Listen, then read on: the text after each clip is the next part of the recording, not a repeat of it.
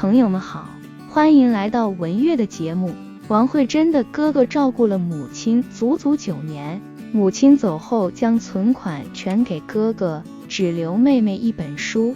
谁料打开后傻眼了，一起来听听王慧珍的倾诉。我叫王慧珍，今年48岁，我的娘家在沂蒙山区的一个小村子里，村子后面有一座大山，山上到处是青松翠柏。我很小的时候，父亲就去世了，我对父亲几乎没有多少记忆。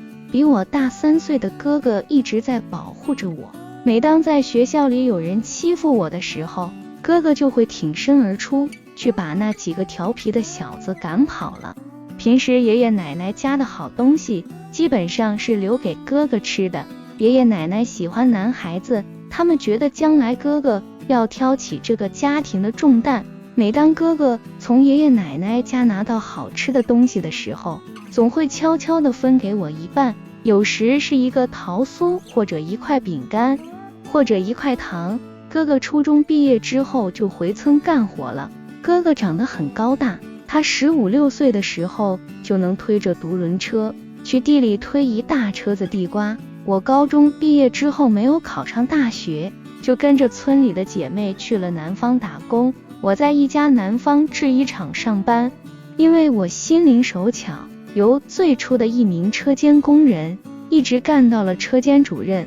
我在这里站住了脚，认识了当地的一个小伙子，在这里成家立业了。当初我远嫁的时候，母亲不同意，觉得我嫁到了那么远的地方，也帮不上家里忙了。如果我过得不好，家里人也照顾不了我。这时哥哥替我说话了，他说只要妹妹幸福，怎么着都行。在哥哥的劝说下，母亲才勉强同意了。我和丈夫脚踏实地的打工，当我们积累了一些财富之后，我们自己开了一家制衣厂。头几年挣钱不多，慢慢的我们的生意走上了正轨，开始挣钱了之后，我没有忘了帮助哥哥家。虽然相距遥远，可是我经常寄钱给哥哥家，毕竟母亲还得靠哥哥和嫂子的照顾。我给母亲每个月2000块钱的生活费。我的嫂子是一个非常朴实善良的人，嫂子知道我爱吃家乡的煎饼和花枣大馒头，她烙了煎饼，蒸了馒头就给我寄来。每当收到嫂子的煎饼和馒头的时候，我总是面朝北方，泪水连连。我想家了。丈夫看到我这个样子时，他总会默默地陪着我。隔一段时间，他会悄悄地给我买好车票，让我回娘家一趟。每次回娘家的时候，会看到母亲越来越苍老，多亏了有哥哥和嫂子在身边照顾着，要不我怎么能放心呢？我曾经把母亲接到南方来住了1年，可是母亲水土不服，在这里经常生病。再说他也吃不惯南方的饮食，哥哥只好把母亲接回来了。临走的时候，哥哥对我说，妹妹，你不用担心，有我和你嫂子在家里，你放心。就是那年春天，哥哥突然给我打电话，他高兴地说，妹妹，告诉你个好消息，咱们这里要修高速公路，正好占用母亲的几亩地，咱家的老房子也得搬迁，听说能赔20万呢。我一听也很激动，我对哥哥说，哥，咱家的好日子来了呀，这20万你要是用的话就先用着，毕竟你在家里挣钱也不容易，还要供2个侄子读书。没想到哥哥却说，妹妹，我之所以告诉你这个好消息，就是让你以后不要寄钱了，让母亲花这20万就行了。拿到了赔偿款之后，母亲也非常高兴，她一辈子都没见过这么多钱。虽然知道家里有钱了，但是我还是按照以前的习惯，每个月给母亲寄2000块钱的生活费。哥哥又打电话告诉我，不能再往家里寄钱了，他把20万块钱都给母亲存在了银行里，让母亲花利息就行。我说，那不行，那份钱是母亲的，我给的钱是我的心意。我不在跟前尽孝，我只能用这种方式来表达我的孝心，要不我心里会难过的。那年冬天，母亲突发脑溢血，在重症监护室里住了10天之后，转到了普通病房，但是因为年纪大了，恢复得慢，出院的时候生活不能自理了。母亲住院的时候，我一直在医院照顾着。出院以后，嫂子对我说，妹妹，你赶紧回去吧，你家里还有生意，你一直在这里也不是办法呀，我和你哥在家里，你就不用牵挂了。我含泪告别了母亲，其实我人回到了南方，可是心却在家里。我相信哥哥和嫂子会照顾好母亲的。这几年，自从房屋拆迁后，母亲就搬到了哥哥家里居住。母亲多次告诉我，每天1日3餐嫂子做好了以后，如果母亲不先动筷子，家人谁都不肯吃，这是嫂子给全家立下的规矩。通过这一件事，我就知道了，嫂子是有孝心的人。母亲卧床不起之后，大小便不能自理，可把嫂子累坏了，给母亲擦洗身体都是嫂子的事。我深切地体会到了一句话，有个好哥哥不如有个好嫂子。我每次给母亲打电话的时候，母亲都这样对我说，闺女啊，多亏了你嫂子，她照顾我特别细心。母亲卧床的几年，正是我们家的生意处于上升期的时候，我们先后接了好多很大的订单，我负责产品验收，我对工作要求非常严格，很少出现次品返工的现象，可以说工厂里一天都离不开我。虽然厂子里这么忙碌，可是每隔1-2个月我都要坐飞机回来一次，哪怕就在家住一晚，我也心里踏实。回家前我都会给母亲打个电话，问问她想要什么东西。母亲说，闺女啊，我是躺在床上的人了，我还能要什么东西啊？你嫂子天天辛辛苦苦的照顾我，我什么也不想要。你要是有那个心的话，你就给你嫂子买东西吧，比给我买东西强多了。不用母亲嘱咐，我也知道我得对嫂子好好表达心意。每次回去我都会给嫂子买件首饰，有时是一副耳环，有时是条金项链。虽然花钱不少，可是我觉得这都是应该的。如果让我花钱雇人的话，我能雇到像嫂子这样贴心的人吗？可是做生意有兴有衰，我们的工厂红红火火的干了几年之后，没想到房东却突然不再把厂房租给我们了。我们一时找不到合适的地方，只得缩小了很多规模，在一个小院子里勉强继续开小型制衣厂。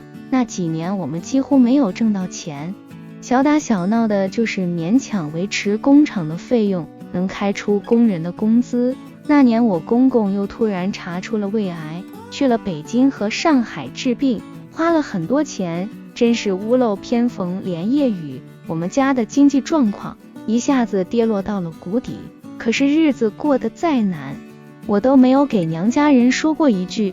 那年冬天，哥哥突然给我打来个电话，他说母亲特别想见我，让我一定回去一趟，还说母亲的身体不太好。我一听就急了，稍微把家里安排了一下，我马上买上了火车票，踏上了归程。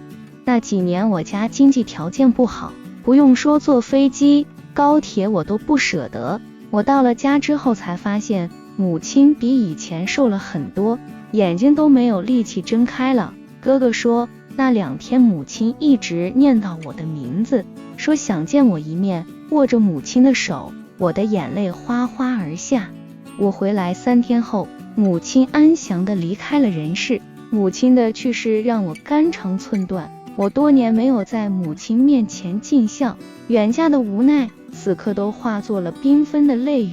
嫂子一直陪着我掉眼泪，她说，妹妹别哭了，咱以后还得好好生活呢，母亲不希望你这么悲伤。我听了嫂子的话，是的，我们得坚强起来，日子还得往前过下去。返程前的那个夜晚，哥哥和嫂子一直陪我坐在那里掉眼泪。哥哥说，妹妹呀，母亲走了，这个世界上我和你成了最亲的人，你可得常回来看看哥哥呀，这里永远是你的家。嫂子也握着我的手说，妹妹，你那边有事的时候就告诉我们一声，我们永远是你的娘家人，你想家了就回来看看，空手回来就行，也不需要再给我买什么东西去多花钱了。你给我买的那些首饰还都放在那里呢，我也不舍得带，我是一个庄户人，你给我买那么多贵重的首饰干嘛呀？妹妹，我知道你花钱给我买东西就是为了感谢我照顾母亲，其实我照顾母亲还不是应该的吗？我既然嫁给了你哥哥，婆婆就是妈，再说这些年咱妈对我那么好，拿我没二心，就像亲闺女一样，我孝顺她是应该的。这是哥哥从里屋里拿出来一本书，书里夹着2张存单，他拿出了其中一张存单说，妹妹，这里面有10万块钱，这是咱妈留下的遗产，我得分给你一半。我一看急了，我对哥哥说，哥，你怎么能这样呢？这些年都是你和嫂子照顾的母亲，这20万你应该得到呀，你可不能给我呀，我1分都不会要的。嫂子说，妹妹，你拿着吧，照顾母亲是应该的，这些年我们出力，可是你没少出钱，平时母亲的费用都是你出的，所以这20万必须有你一半，谁说了也不行，这10万就是你的。说着，嫂子把这10万存单硬塞进了我的口袋里，我不知所措，又把存单拿出来放在了桌子上。嫂子说，妹妹，你要是再把钱还给我们的话，以后咱们就做不成姑嫂了，钱花了就没了，可是咱们之间的亲情是长久的，你要是不拿这些钱的话，以后你就别进这个门了。既然嫂子把话说到这份上了，我只好把存单揣了起来。第2天早晨，天还没亮，哥哥就把我送去了车站。客车开动时，我把头伏在车窗上，泪如雨下，哥哥也哭了。以前我每次回来的时候也是哥哥送我，那时哥哥总会说，妹妹，你放心，我在家好好照顾咱娘。可是这次母亲走了，哥哥什么话也不说了，他只朝我挥挥手。我们兄妹俩的心里是共同的悲伤。回家之后，我把这10万块钱拿出来了，丈夫说，我们不能要啊，哥哥和嫂子照顾的母亲，咱怎么能好意思分遗产呢？我说，我知道这钱是不能要的，可是嫂子一定让我带上，以后咱们找个合适的机会再还给哥哥家。不久我们找到了一个合适的厂房，我们的服装厂又重新开业了。慢慢的，我们家的日子又好起来了。我经常给哥哥和嫂子打电话，问问家里的情况。我大侄子大学毕业以后回到了县城工作，小侄子还在读高中。今年春天，我给哥哥打电话的时候，打了3次电话都是忙音。后来打通了以后，我问哥哥和谁通电话了，哥哥说刚才和儿子打电话了，儿子说看中了一套房子，首付就得40万。我哪有那么多钱呢？我让他再找个小点的房子买。我们爷俩正商量着事呢，我对哥哥说，你别急，我和侄子来沟通。我马上给侄子打了电话，侄子告诉我，姑姑，这套房子离我单位很近，附近还有学校和医院，位置特别合适。可我爸爸嫌房子太贵了，我再去别的地方看看房子吧。那段时间工厂里正在赶一批货，我不能离开。等那批货发走以后，已经是过去半个月了。忙完了家里的事，我马上回来了。回来前我也没告诉哥哥，我直接去了县城找到了侄子，我给了他一张30万的卡，我对他说，你拿着去买房子吧。侄子大吃一惊，说，姑姑，你哪来那么多钱？我可不能借你这么多钱，因为凭我现在的经济能力，我根本还不上你。我现在也想通了，我爸告诉我有多少钱就打多少谱，我已经放弃这套房子了。我笑着对侄子说，这不是我的钱，这是你们家的钱，奶奶去世以后，你父亲分给了我10万，这10万我投在了工厂里，我是替你们投进去的，等于你们加入了股。这几年早翻了好几番呢，现在我听说你买房子了，就把这30万给你们拿回来了。虽然我解释的合情合理，可是侄子犹犹豫豫的，不知道该不该收这些钱。